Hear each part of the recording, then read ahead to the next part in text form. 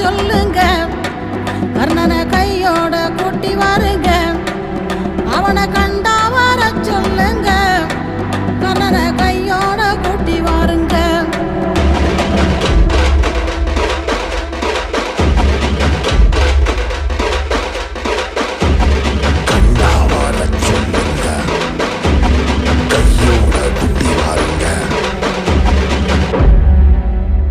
அம்மாடி ஆலமரம் மரத்து மேல உச்சிக்கல